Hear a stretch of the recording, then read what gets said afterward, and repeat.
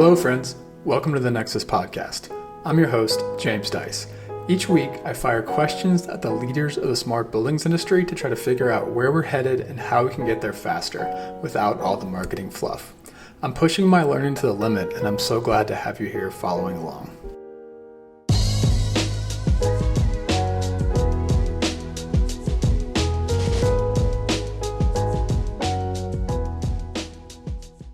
This episode is a conversation with Antony Slumbers, co-founder of Real Innovation Academy and real estate innovation thought leader at AntonySlumbers.com.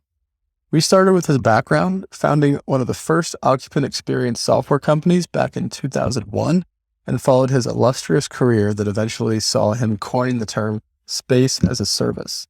We unpacked what that phrase means in light of COVID, where sustainability and decarbonization fits, and finally, what a smart asset means in this context. I love this conversation because it puts technology in its place. We should be asking technology for who and technology for what. This answers it. Without further ado, please enjoy the Nexus Podcast with Antony Slumbers. Hello, Antony. Welcome to the show. I've been looking forward to this for a long time. I'm glad we got this on the calendar. Thanks for coming. Hi, James. It's a pleasure. Likewise, I've been looking forward to it. Can you start by introducing yourself for us? Okay, the quick way of explaining it, because it goes back some time, is that currently I'm the co-founder of the Real Innovation Academy, where we teach what we call the future-proof real estate course. Now, this looks at the changing nature of demand across multiple asset classes and seeks to provide the thinking required to adapt and thrive in a changing real estate world. Previously, I have over 20 plus years, horrible to say, started 5 tech companies specializing in software for property management, office market analytics, and business productivity. And then, very strangely, before that, I was a dealer in 19th century British and European art. I also write and I tweet a lot. And when not under COVID restrictions, I do a lot of speaking at conferences and talk mainly about the future of work and space as a service, which is a term that I may or may not have invented. I like to think I have. I know a certain person in America who thinks they came up with it, but it is a term I'm very much associated. So, Mr. Space as a Service, if you like. Yeah, Mr. Space as a Service. That's what we'll call this episode. That's a great episode title. See if we can start some beef with whoever that is in the U.S. Yeah. Well, I want to ask you, I was doing research on your background. So I've been following your blog for a long time, and you always put as the picture in your blog one of these, very, very old art pieces as the main picture. And so first I want to know, can you just talk a little bit more about what that was like as an art dealer? But then number 2, I want to know, are the pieces of art connected to the message that you're writing about in the blog post? Well, the intention is always to have some sort of connection. Unfortunately, mostly I use Renaissance paintings, and there's certain modern day topics that weren't very much part of the calendar of events commemorating Renaissance paintings. So it's not always easy. The reason for that is that actually I do have this rather strange background. Actually, my degree is in history of art.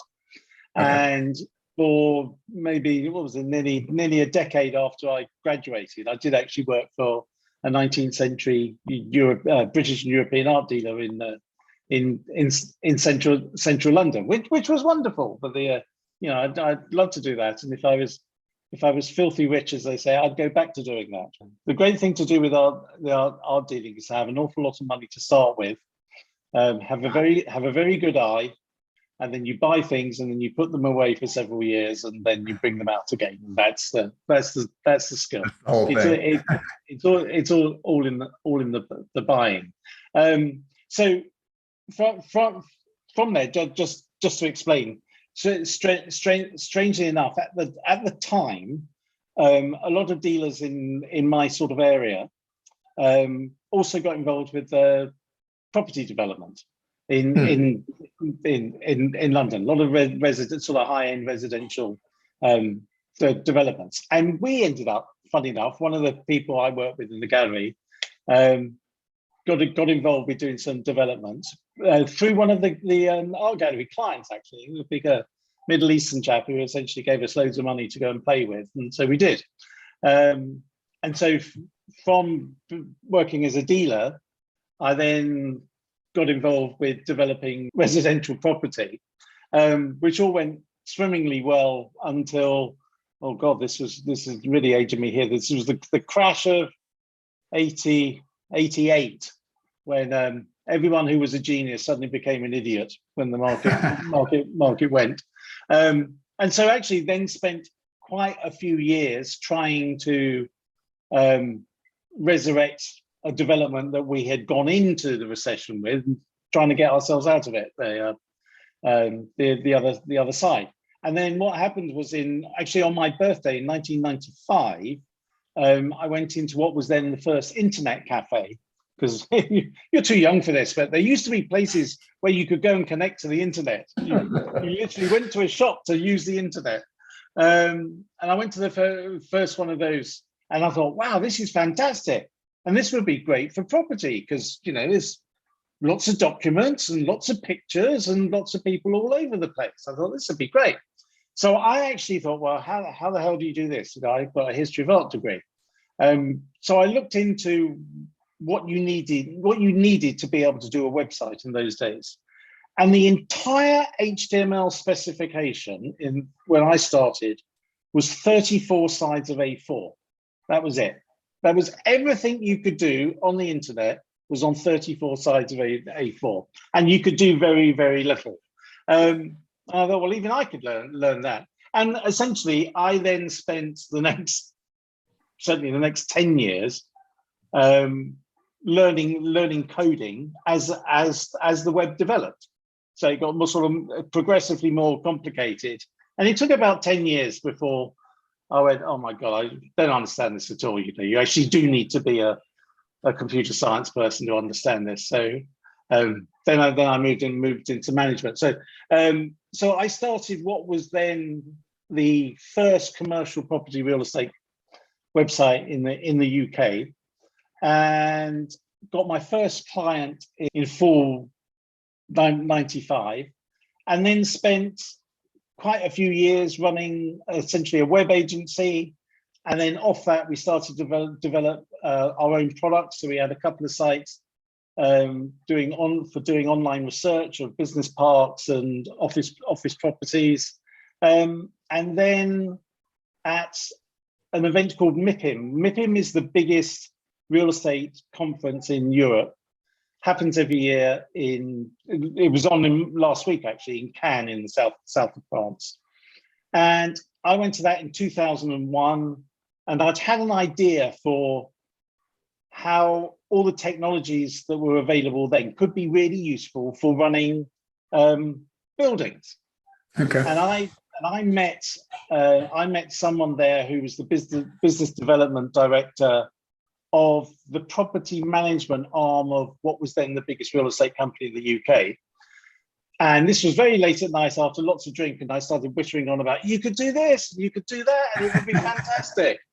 And then the following week, he got in touch and he said, oh, come over, I want to introduce you to the bosses and let's see what we can do.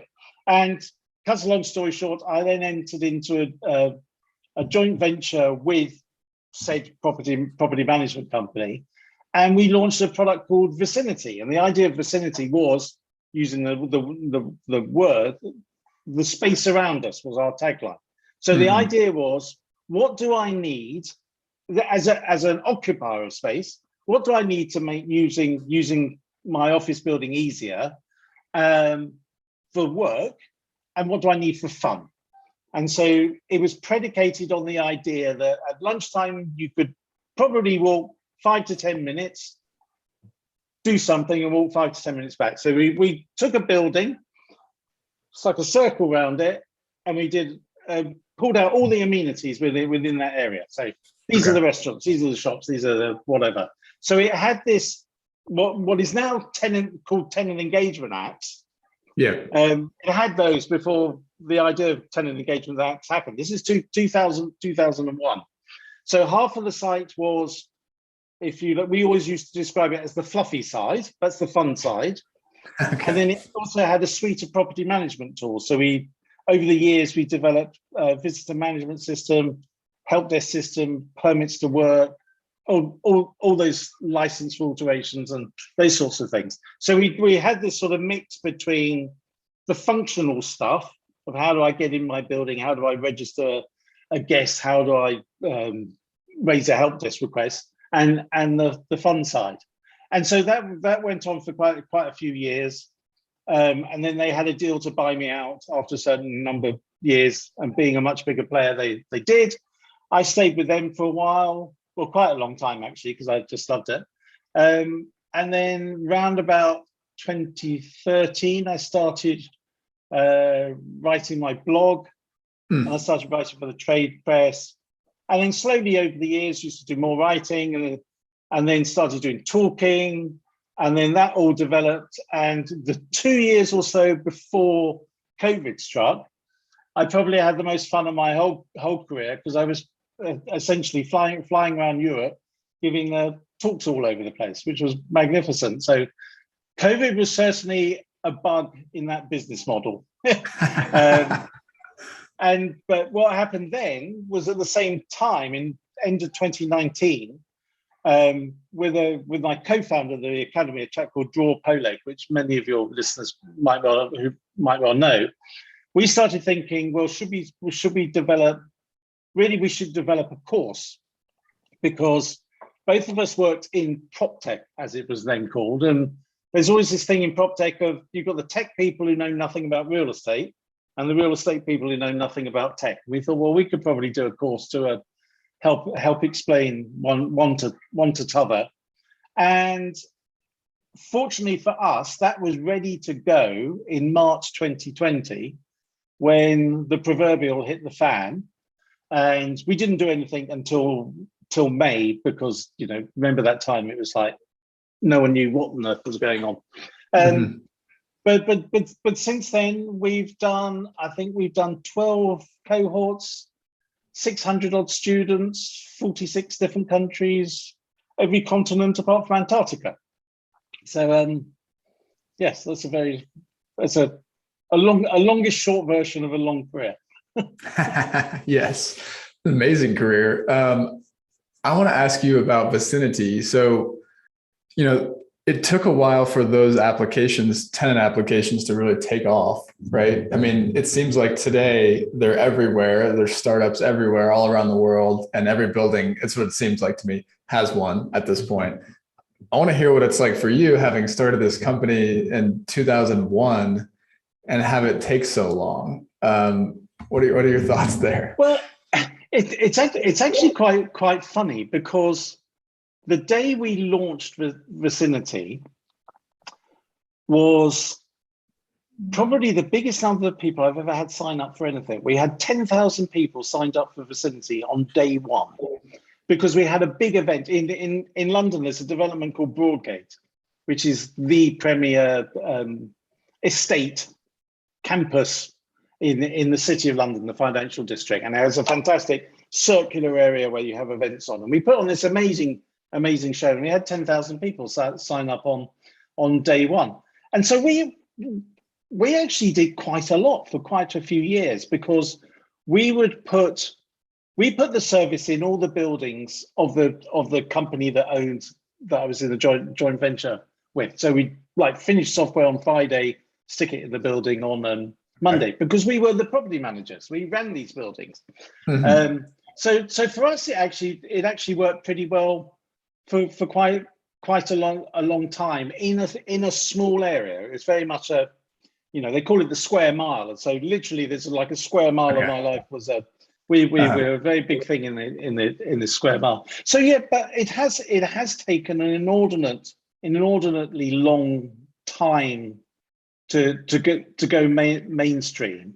But it always struck me as sort of obvious that it's a service that's needed. And we'll come on to it, but post-COVID, I think COVID is actually completely transforming this market, because it's going from something that really everyone should have, but it tended to only be the very top buildings that had it in, Mhm. to something that is going to be pretty pervasive. And if you don't have variance on a feed, then you're going to start having problems. Absolutely. All right. So you were before COVID, you were going around and speaking. Well, by the way, first I want to say, before we move on from your career, I have taken the course and I highly recommend it to anyone who's listening to this that wants to learn about the trends in the real estate community, which is all the people that are coming like I did from a tech background, from an engineering background. We all need to understand the broader trends in which you're trying to put tech in a building. Well, what's that building here to do? How's that business changing? How does that business work? Who are the types of people that you're working with? Your guys' course is great for types of people like me to really understand that bigger picture. So Thank you. Thanks for doing and that. I should say I've done your course, and it's just as good the other way around. Very, very complimentary. Yeah, it was amazing having you in cohort 2 last year. So, well, so before COVID though, you were traveling around speaking about how the industry was changing. I'd love if you could kind of give maybe a quick hitter on like, what are the current trends in the industry? And let's maybe start with space as a service. I'd love to hear you kind of explain that since you invented the term. What's the current trend with space as a service? Okay, the point behind space as a service is that, as I see it, fundamentally, the real estate industry is no longer about real estate. It, of course, is about real estate. Everything you know about real estate, you still need to know. But just knowing about real estate in the real estate industry is now necessary, but it's not sufficient, because fundamentally, the industry is moving from being product-based to service-based. Traditionally, we created a product, we sold it, or we let it. Thanks, I'm off. Mm-hmm. Now, people don't want to buy a product, they want to buy a service. So we're moving from an industry that's sold a product to now has to deliver a service. And once you start to move from being a product industry to a service industry, everything changes. Your skill sets, your mentality, the way you approach customers, who you understand as your customer, all of these things change. And that sort of comes under the heading of what I call space as a service. So the idea of space as a service was twofold.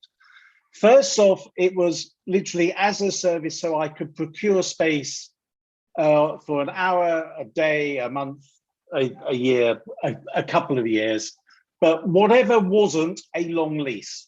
You know, you look over the last 30 years, gone from 25 years, upwards only rent reviews, 5-year reviews, down to in most major cities now. I think London's now down to the average lease is sort of 6.5, 7 years. I think it's similar in America. If you go to somewhere like Stockholm, the average lease is like 2 years, and same in Paris. So it's moving from an industry where you signed a long lease, and then essentially the counterparty could just go away. They're completely uninterested once you've signed the lease. But the other side of space as a service is literally what it says on the box. The idea of space that provides the services you need to do whatever it is you need to do as efficiently and effectively as possible. So it's very much based on the idea of, with our real estate hats on, what space can we provide someone who's trying to do X? What do we need to provide someone who's trying to do X to enable them to do it best as possible? And that, of course, means the scale. It could mean the temperature. It could mean the lighting. It could mean the equipment in there. It could mean the services in there. All manner of things. But the idea is that our job in real estate, in the office market, to be successful, the most successful people in the office market going forward are going to be those who understand the wants, needs, and desires of their customers. And their customers are now going to be the individuals in the building. So historically, the customer of a real estate company was whoever signed the lease. Mhm. So if James was the person signing the lease and there had 1,000 people working for him, I didn't care anything about 1,000 people. I only had to please James. If I could get James to sign that lease, boom, I'm away. Now it's the other way round, because James has now got to think about those 1,000 people and how is he going to make them efficient and effective in space, and what do they need? So increasingly, me as an asset owner is increasingly going to have to work with you as the customer to help you enable your employees to be as productive as possible. Now, there's some things with a real estate hat on we can do and some things we can't do. If you run a rubbish company and you're a rotten manager, I can't change that. If you're a bad company, I can't make you a good company. But if you're a good company, I can make you better. I can help you through the physical environments I put you in, get the most out of your people. And that's a completely different mindset. And I think it's where the industry is going. So if you look at the real estate industry, as you've talked about so many times, it's an industry of silos, and you have specialists and very skilled people in lots of different silos. All those silos have got to come together now. So I think of it like this: say you want to create a great workplace. Mm-hmm. So I am selling my space to you as a company because I'm saying I'm going to help you create a space that my competitor can't do. Now, how do I create a great workplace? Well, to do that, you actually currently need 6 different industries. So you need real estate people, you need IoT people, so you need people who are going to put in the networks, you need data people who are going to understand the data that comes out of those networks, you're going to need workplace designers, you're going to need hospitality people, and you're going to need HR. At the moment, all of those are required to create a great, efficient, and effective workplace, but they are 6 different industries that mainly don't talk to each other. I mean, it's hilarious if you talk to workplace people, they're always joking about how little they talk to HR people, and HR people always go, well, we never talk to the workplace people. And it's patently ridiculous, but it's not ridiculous based on the incentives of the way the industry is set up. And it's something that's particularly strong in your course, and we cover it in different circumstances in our course. The issue of incentives is so important, that you've got these 6 different industries. They've each got different incentives for what they've got to do. I need to do that because of this. I need to do that because of this.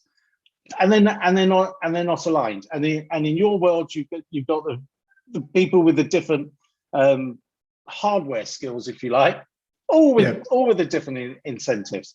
But you're never going to create a great workplace, and I'm just talking about offices here for now. You're never going to create a great workplace unless long-term, unless you can align the incentives of all the players. So most fundamentally, you've got to align the interests of the landlord, the management company, and the occupier, who at the moment have 3 very different alignments. And this is going to be something that's very, very difficult to do, because if you take my argument of you've got to take these 6 skill sets, align the interests to create a great workplace. Who the hell is going to do that? Because, am I going to do that as a landlord? Am I going to do that as the company? Am I going to do that as a property management company? Possibly. More likely, another industry will develop that will be approaching the problem to solve this. And that's basically the flex industry. This is where the flex industry has come up. Because effectively the flex industry is a software and services layer on top of the hardware of a building. Okay. So in the flex industry, you've got to be bothered about all those bits. Yeah. Because you've really got to have an awful lot of control over your space, and you've really got to understand how your space is being used, because you're selling it by the short term. You can't just think about it every year. I mean, one of my hobby horses is how people create great workplaces, and then they go, first of all they say, well, we'll do a post-occupancy study, and then they never do. Or they say, oh, we'll come back next year and see how you're getting on. And a year later, and for 8 months of that year, the workplace hasn't worked very well because it looked beautiful until you put people in it. Right. But unless you monitor these things on an ongoing basis, in the flex industry, you've got to monitor stuff every day because you're selling it every day, and you've got to optimize. You continually got to monitor and optimize your space and understand the wants, needs, and desires of your customer. And that's why the flex industry is getting so big, and that's really the point behind space as a service, and where I think the industry fundamentally, your worlds and my worlds, are going to have to collide. Because I've listened to a number of your podcasts, and some fantastic people, and the best education you can get in your industry is to sit down for a few weeks and shut the door and listen to all your podcasts. Thank you. But a lot of them are very clearly saying our objective is X, and that is the right objectives for them, and it's the objective they're selling. And in many ways, it's the objective that the customer is buying. But you don't get the position of actually start with the customer and work back to the technology. There's this famous video of Steve Jobs, and it was when he came back to Apple, and he was giving an all hands meeting. And people were lining up to ask him questions. And someone got up and said, basically, what are you doing here? You don't know anything about technology. What do you know about Java? Why are you here? Why should we be interested? Why should we be pleased that you've come back? And it's quite funny because you can see Steve Jobs, who was, a brilliant man, but not famously the least combative person you've ever seen, getting really, really cross. And he says nothing for about 20 seconds. Mm-hmm. And then he goes into this fantastic talk about you have to start with the customer and work back to the technology. And he says, what we need to do here at Apple is understand what great things can we do for our customer. What do they want? What do they not know that they want, that we know that they would want if they had it? And then we work out how to do it. And that fundamentally is where I think the office industry is going to have to get to. Now, this brings us nicely into the whole COVID thing. Pre-COVID, 5% of people used to work remotely full time. Lots of people went off Friday afternoons and all that sort of stuff. Then suddenly we got to March 2020, and 95% of the knowledge workers around the world went home. And funnily enough, what we learned over the last few years is that, broadly speaking, working from home works. We've actually discovered that the world hasn't fallen in. There's an awful lot of companies that, frankly, have had really, really good pandemics, have done amazing things. Finance has done amazingly well. Online retail's done well. The tech company's done incredibly well, and everyone's been working without an office. And 2 years is long enough to change your muscle memory. If it had been 3 months, it would have been boing, and back we go. Now you can just see everyone going, why? I'm not coming back 5 days a week. And I know there's an increasing push in certain areas, and I see it over there, and it happens over here as well. You get stupid ideas like it's your patriotic duty to go back to the office. You know, you've got to save the city centre. It's your responsibility. And everyone's going, no, I'm not going to do that. I don't need to do that. And there is really, really good research and analysis has been done on how people have been since being away. And the best stuff is actually by a company called Leesman, do the Leesman Index. And they've done fantastic work on understanding remote needs.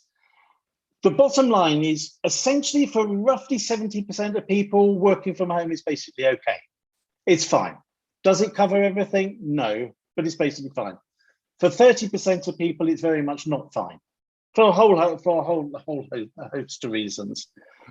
But overall, not surprisingly, it's a bell curve of interest. There's a maybe 5-10% of people want to work in the office 5 days a week. 5-10% of people want to be fully remote forever. And then there's a bell curve of people who basically are perfectly happy to do what they need to do as they're doing it now. But it really would be nice to come in and see you.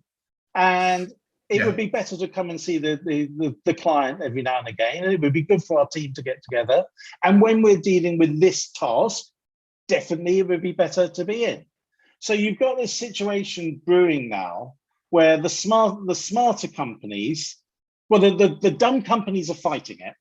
The dumb companies will fight it and they go, well, as soon as we can, let's just get everyone back in. What will happen then is the people who can leave, the ones you don't want to leave, will leave. But the smarter companies are leaning into this and really analyzing at a very granular level, what is it that James needs? What is it that the team or teams that James works in needs? And therefore, what do we need to provide in terms of real estate? And it could be James is, I don't know, maybe part of the sales team, and sales teams are more likely to want to spend more time huddled together. And they go, well, we want to be in three times a week. Give us some desks, tightly packed. You know, turn the heat up a bit. We like it like that. Mm-hmm. The accounts department will be going, there's no way I'm going to travel 2 hours to sit there quietly, say 45 words to someone else today, and go tippy tappy on my keyboard all day. Why am I going to do this? So, right. the office, and I think the right office run in the right way is going to generate more income than it's ever generated before. But the wrong office operated in the wrong way is pretty much obsolete. But what I mean by the right office operated in the right way is that the elephant in the room with all of this stuff is that pre-COVID, offices are incredibly badly used, underutilized. You know, the average utilization of an office pre-COVID was around about 50%. And then also, the actual satisfaction level with the office was very low as well. One of the questions that Leesman ask in their surveys, and they do it for the in-office one and the home one, is how much does your workplace enable you to be productive? Or no, does your workplace enable you to be productive? And pre-COVID, it was round about 60% said yes. So 40% of office workers were saying, my workplace does not enable me to be productive. So if you have 50% occupancy and 50% dissatisfaction with space, there's something very, very wrong. Right. In my theory, with these companies that are going to really think about the wants, needs, and desires of their customers, and are going to think about what that means in terms of the spaces and the services they give, I think you're going to see spaces operating at like 70% plus occupancy with 70% plus satisfaction. And that's worth a hell of a lot of money. But they're going to take less, they're going to take a lot less space, and they're going to take a lot better space. So there's the line: half the space, double the service. And this is not starting from the point of view of let's save money. In many circumstances, you will be able to save money, but it's not really about saving money because, you know, I know it's come up in your podcast before, the thing about 330, 300, it's the people that are expensive. Right. You know, that's the thing that really costs you the money. So the aim of a space, if I can take 100 people and put them in the right space with the right environmental conditions, perfectly suited to the jobs to be done that they have, I'm going to get incredible productivity out of them, way more than they get in the wrong type of space, and that's what people are going to pay for. So that's what I mean about your side of the industry and my side of the industry coming together. The starting point has got to be, how do we enable these great workplaces, and what's needed, if you like, at a hardware side, a software side, and a services side. Totally. Hey guys, just another quick note from our sponsor, Nexus Labs, and then we'll get back to the show. This episode is brought to you by Nexus Foundations, our introductory course on the smart buildings industry. If you're new to the industry, this course is for you. If you're an industry vet but want to understand how technology is changing things, this course is also for you. The alumni are raving about the content, which they say pulls it all together, and they also loved getting to meet the other students on the weekly Zoom calls and in the private chat room. You can find out more about the course at courses.nexuslabs.online. All right, back to the interview. So if I could repeat that back to you, from the standpoint of this audience, you know, people that care about getting technology deployed in buildings, technology is going to be really important in the coming years in the office industry if it enables better experiences, or not only better experiences, the right kinds of experiences for the occupants. Is that kind of the summary of like where things are headed? Yes.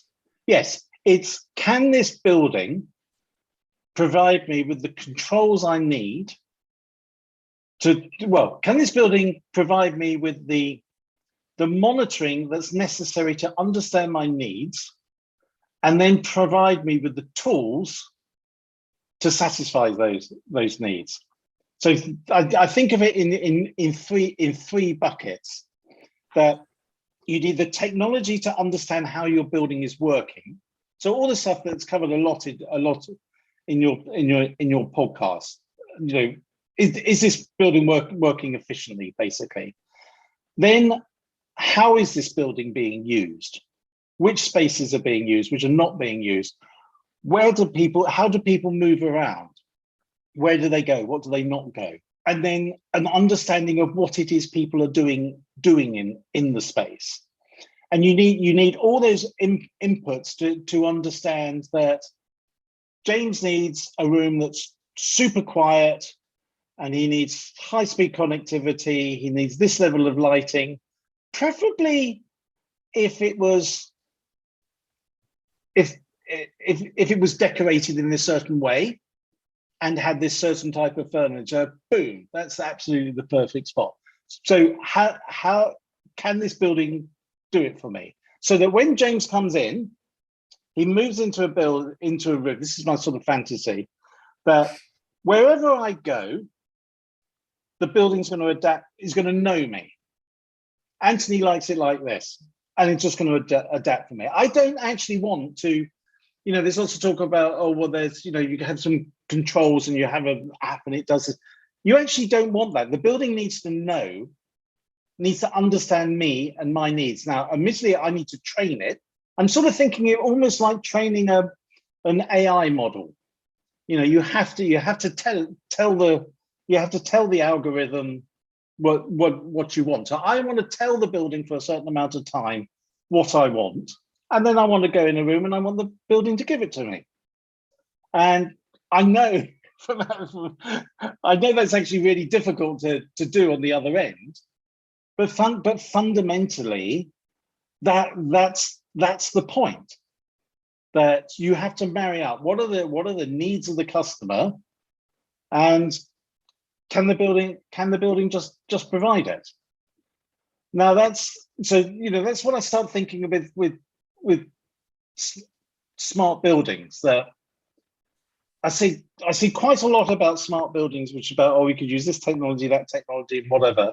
And as you said loads of time, and lots of your guests have said, there's an amazing amount of data that is put out by buildings. That's just, well, that's nice, but no one ever does anything about it.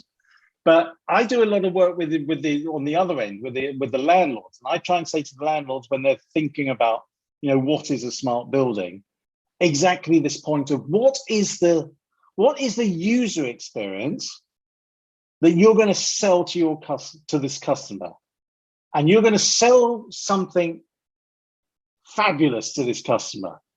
How the hell do you deliver it? And so you can't talk about, I'm going to go and talk to the HVAC people, and then I'll go and talk to these people, and then I'll go to talk to you can't do it. You have to start from, this is the output. It's not the energy use or whatever. This is the output, is that user experience, which is made up of X, Y, Z. Now how do we do that?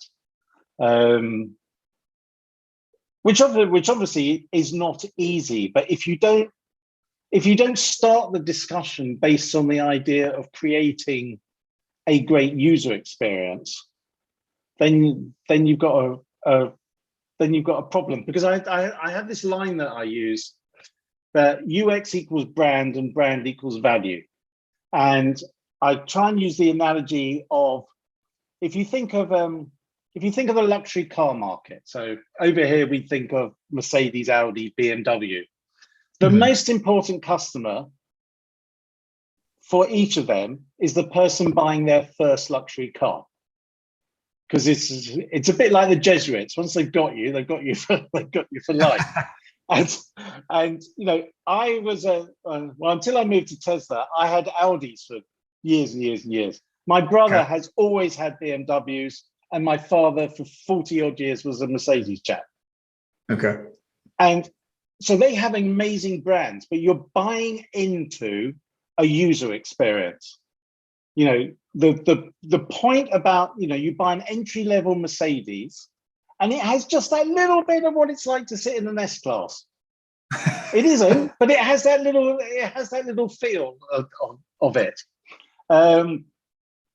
And what I think you're increasingly going to get is, you're either going to get a few landlords who are going to be able to create these effectively consumer brands, or you're going to get a series of the brands that are developing really, really strong now. So the Illustrious, Convene, people like that, they have very particular audiences in mind, customer user experience. You go into a Convene, you know what you're going to get. It's like in the hotel market, that you have hotels at one end of the market, so the lower end of the market, no frills, but they can be brilliant at what they're trying to do.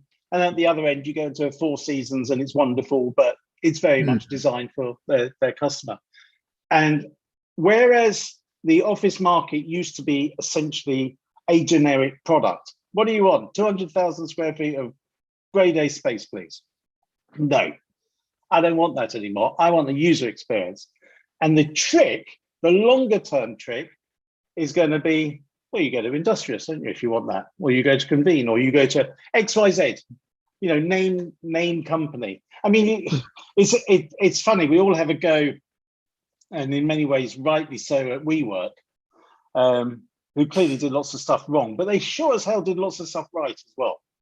And in terms of a consumer brand of office, WeWork was the first consumer brand of the office, in the sense of, if you went into the street and asked the man on the street, do you know who WeWork is? They go, yes. If you went to the man in the street and said, do you know who, or I don't know, Land Securities or Tishman Speyer? They go, never heard of them.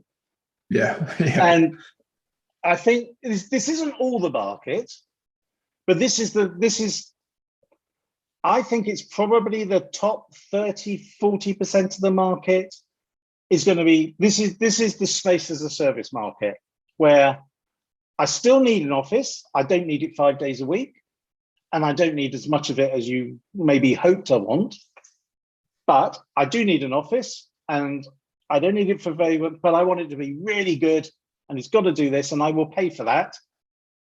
And that's going to be the game. It's going to move from trying to let the largest amount of space for the longest period of time to actually the smallest amount of place for the shortest period of time. Because there's a hell of a premium to sell you one star, Starbucks. I mean, the old joke about how the hell do you pay $5 for a coffee? There was a time they used to just keep refilling it for you. It's all brand and it's premium, and it's what you want at the time, and you'll pay for that. And I think what you'll find is a lot of the end users will end up, instead of say taking 10,000 square feet, they'll take 5,000 square feet, but they'll pay what they would have paid 7.5 for. Okay. So, and that has got to be the game. That as an occupier, I'm saving money, but as a provider, I'm actually making more money per square foot.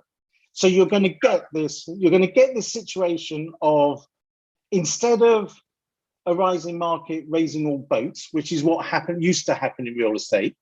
Is when the market went up, everyone was a genius, and when it went down, everyone was an idiot. Yeah, you're going to get both at the same time now. And I think you're going to get two buildings next to each other, one of which is packed and worth a fortune, and the other one is barely, is almost empty. Okay. But it's a big technical game. Yeah, I want to ask you about how to make buildings more suitable for this future. But first, I want to talk about sustainability before we tie that in. So can you talk about, you've been writing a lot more about this recently, especially with the recent events in Eastern Europe, but Ukraine, just be specific. Can you talk about what the current trend is in sustainability and specifically decarbonization, right? And how that's going to change things in the real estate industry. And then I want to circle back into, okay, what does an asset need to look like moving forward? Yeah. In the UK, and this is pretty much across the board in Europe, and as far as I understand, similar in the US, maybe not quite as advanced in the demands in the US than Europe so far, but it was coming anyway. There was a big move towards investors were being hit over the head to promise that they would invest in sustainable assets, and the message was very clear that if you don't invest in it was getting to the point of, one big developer said to me, the thing about sustainability now is you don't have any option, because if you don't do it, you can't finance your building. So over here, it had got to the stage, if you try and build a building, there's a great line in one of your podcasts recently talking about a code building, which was the worst building you were actually allowed to build. Right. I love that. If you try and do that, you won't get it funded over here now. So you've got the investors pushing for that. Mm-hmm. You've got regulators who are equally being pushed, and certainly there's the push to net zero by 2050. But the point about net zero by 2050 is that you can't wait until 2045 to worry about it, because if you don't get to point X by 2025 or point Y by 2030, you probably ain't going to get to there. So it's all being pushed along earlier. And I know this is happening in America, isn't it? Particularly in California and in New York, there's various regulations that if you don't do X, we're going to come and hit you really hard. Mm-hmm. So you've got investors, you've got regulators, and increasingly you've got end users. There's not that many people as vocal as dear old Greta Thunberg, but by and large, particularly younger people want to work in sustainable places. To an extent, there's lots of old codgers like me, or certainly the Trumps of the world don't care because it's not going to bother them, but it's going to bother their grandchildren because they're going to have to live with the consequences of all this. Mm-hmm. So you've got a very strong three-parted push towards sustainability. So it was happening anyway. And as an example of that, a friend of mine who runs one of the big developers over here was telling me the story about a building that they had, and they went through the whole leasing process. And it was the usual thing, arguing about this, that, and the other, back and forth. And then eventually they signed, and then they went out for a drink afterwards. And he said to the boss of his new customer, why did you sign in the end of the day? And he said it was very simple, really, Stephen. You had the most sustainable building available, and we wanted the most sustainable building in London, and it was yours. That's why we did it. It was almost really like nothing else mattered. That's what mattered. We wanted to be partly because presumably a lot of them actually genuinely wanted that, but also the number of boxes you tick. What am I in the most sustainable building? Tick, tick, tick, tick, tick, tick, tick. It works for lots of people. So all of that was coming anyway, and I was thinking, even before all the Ukraine stuff kicked off, this is going to be this combined with COVID, because just to put the join the two. The whole point about COVID is it showed us that actually buildings can do you a lot of damage. Buildings can kill you if you're in the wrong building with the wrong ventilation and someone's got the wrong virus. It can kill you. So the push towards air quality was clearly going to be a big thing, and of course you get the push to sustainability. But effectively, if you solve one, you solve the other. Build a sustainable building, and you're going to have good air quality. Have good air quality, and you're probably going to have a sustainable building. The two nicely marry together. So you've got all these hammers pushing in that direction. You've got COVID making it that if anyone is sensible, they would not be going back into any office buildings that couldn't tell them what the air quality is like. I'm slightly surprised how it's not a bigger thing, because I would be very nervous if I had to go back into an office full time. I want to know, put it up on the wall, tell me. So you've got all of that happening, and then boom, the horrors of Ukraine pop up, and in Europe, we are currently very, very dependent on Russian oil and gas, and it has to stop. Maybe it has to stop, let's wind it down slowly. No, this has to stop. And there's lots of talk over here at the moment of, actually, we need to drop all this net zero stuff because we've got bigger energy problems. I think it's the opposite. I think this means we've got to, at the moment, we've got to deal with lots of people who probably would rather not, particularly Saudi, to get the oil from them, which is slightly less worse than buying it from Putin. We need to do that. But to me, this is like turbocharge the whole sustainability agenda, because we have got to get to energy resilience across Europe ASAP. And frankly, the faster we do it, the faster we will do it, which sounds silly, but what I mean is the faster we invest in sustainable technologies, actually the curve, there was a research report came out last week that showed that if you were looking at the curve, instead of just going like that, if you sort of gently invest, it gets better over the time. If you push hard, you can tilt that curve. So you could actually get to sustainability quicker.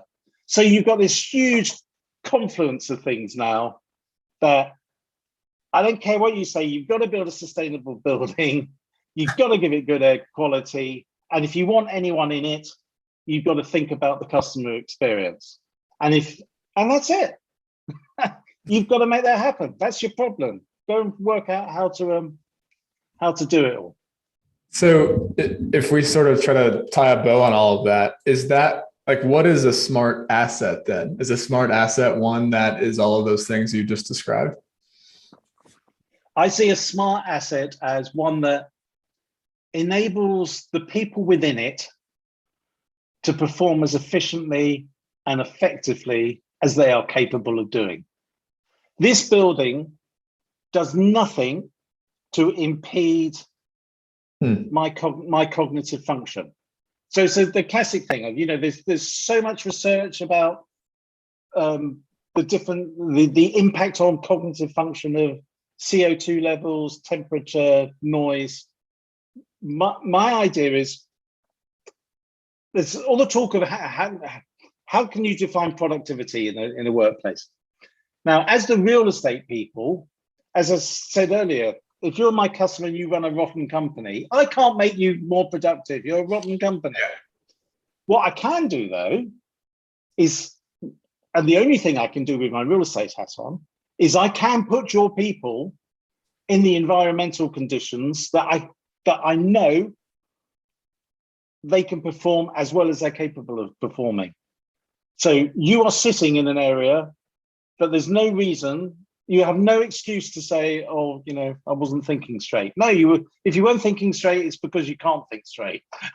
There's nothing environmental about the reason why. And that's what I think productivity is. And it is being able to say to people, look, as far as possible, as this last month, the temperature was this, the CO2 levels were this, the noise was this, the lighting was this. And they're all absolutely within the, not just the bounds of tolerance, but, this is optimum space. So if your people didn't do a good job, there's another reason. But I'm, with my real estate hat on, I can't deal with that. I can only deal. So that's what a smart asset is. Okay. The last question I want to ask you is around people. So I've seen all the people come through your course. That's a diverse and sort of, global, really, really smart community. And then you've seen all the people coming through my course. So that's a different community, but very similar in terms of intelligence, right? So when you think about smart assets, like, what are the types of skill sets and mindsets and types of people we need to sort of create this transition from dumb assets to smart assets? I think it's a case of people tend to fit in three different camps. You get thinkers, feelers, and doers. So thinkers tend to be the people who can analyze the situation. They're very good at understanding causality, correlation, and causality. You get the feelers, who are people with very high IQ and empathy, who can understand the problems, the issues of the customer they're trying to look after. So the thinkers are understanding the A equals A, B equals B reason, what happened. The feelers are understanding the why it happened. How did that make them feel, etc. And then the doers are the people who solve, who then deal with it. So in terms of the thinkers in your world would be the people who can get that great big map of the 100 different systems running in the building and understand all the connections and can understand what needs to be connected.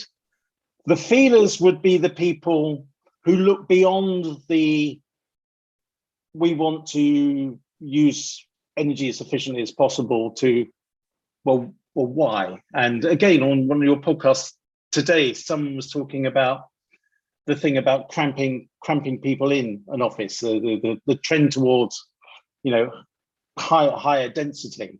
And so that's all very well, but everyone's sitting there with their headphones on, trying to ignore everyone as they're cramped up. That's something a feeler would understand. That you're over optimizing. Stephen Sinofsky, who used to run Windows for Microsoft, has this great phrase of about making things as friction free as is sensible. Some things shouldn't be totally friction free. I know Mike Del Prete, who does a lot of work on the residential market, talks about one-click house buying, and he says, "Can you imagine if you actually had that though? Can you imagine the exact anxiety of I can buy a house with one button? Do I push it? That would be an example of making something actually too efficient, because you'd actually be creating anxiety. You know, if I've made the wrong with that sort of thing, and then as I say, the doers would then take those understandings and work out, well, what the hell do we do about it? And they'd be the ones who say, well, you know, you've got to do this, you've got to do that. But these groups have got to work together. And he said, I don't know if this is just a real estate thing or happens in other industries, but we tend to not create multifunctional teams. So we don't naturally, you know, stick thinkers, feelers, and doers together. We stick all the thinkers there, you know, it's like, oh, well, there's the marketing department, there's the accounts department, there's the engineering department, there's the IT department. One of the things that I was always most struck about looking at the way Amazon work, and Amazon are an incredible company for looking at how they actually work. And I'm not sure if this is actually true, but it was once someone I either read or sometime that Amazon actually doesn't have an IT department as such. So there is not an IT department.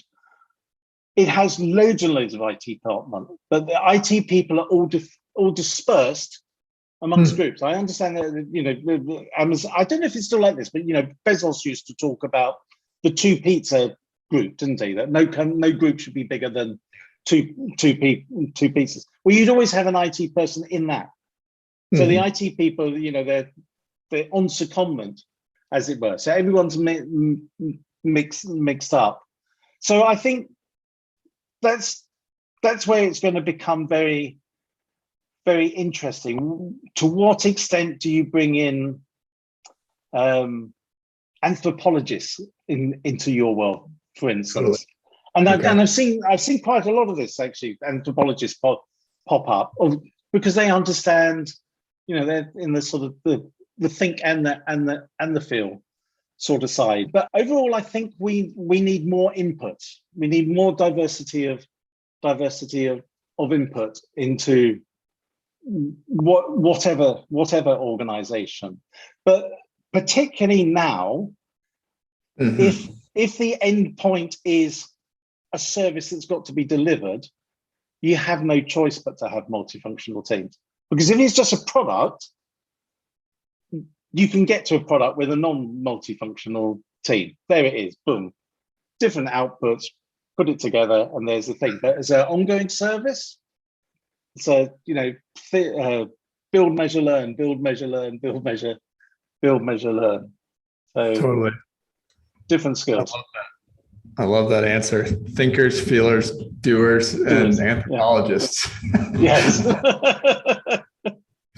Oh, well, that's amazing. This has been so much fun. Can we wrap up with some carve-outs? Do you have something you'd like to share with people? Book, movie, TV show, podcast? Well, it was funny when you said, have you got a suggestion? Oh, I'll just go look through my Amazon book orders. So I clicked on Amazon book orders. There's 683 books I realized I'd bought with Amazon since I had an account there. And I thought, oh, well, I better not do 683 suggestions. But there was one book that came out about 4 years ago, 2018, written by the chap who is now the CEO of Accenture Tech, a chap called Paul Doherty. And it's called Human Plus Machine, Reimagining Work in the Age of AI.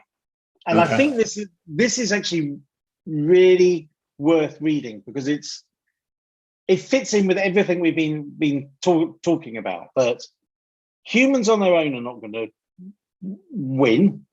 The machines on their own are not going to win. What is going to win is humans who can understand how to leverage the machines, and the machines that have been designed in order to make the human better. And what this book does is it's very good at explaining what machines are good at, what computers are good at, and explaining what humans are good at. And fortunately, they're not the same. Otherwise, we'd really be in a problem. But what we are good at as humans is what machines are not good at.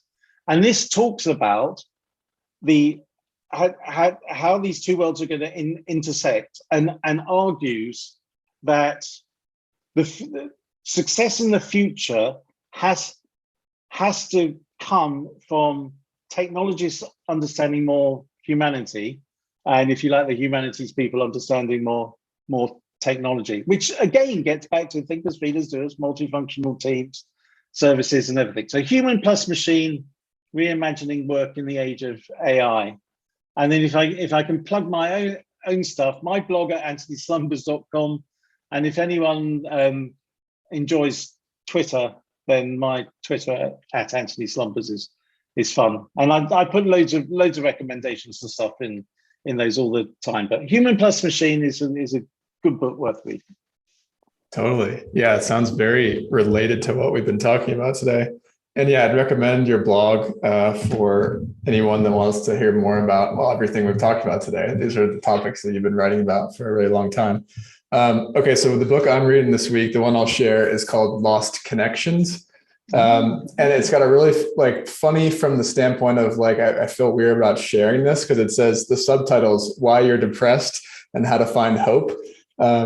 I don't really find myself a depressed person, but I was at my friend's house and they had this on the bookshelf, and I was like, hey, I'm gonna pop this open and see what it's like, and it hooked me immediately.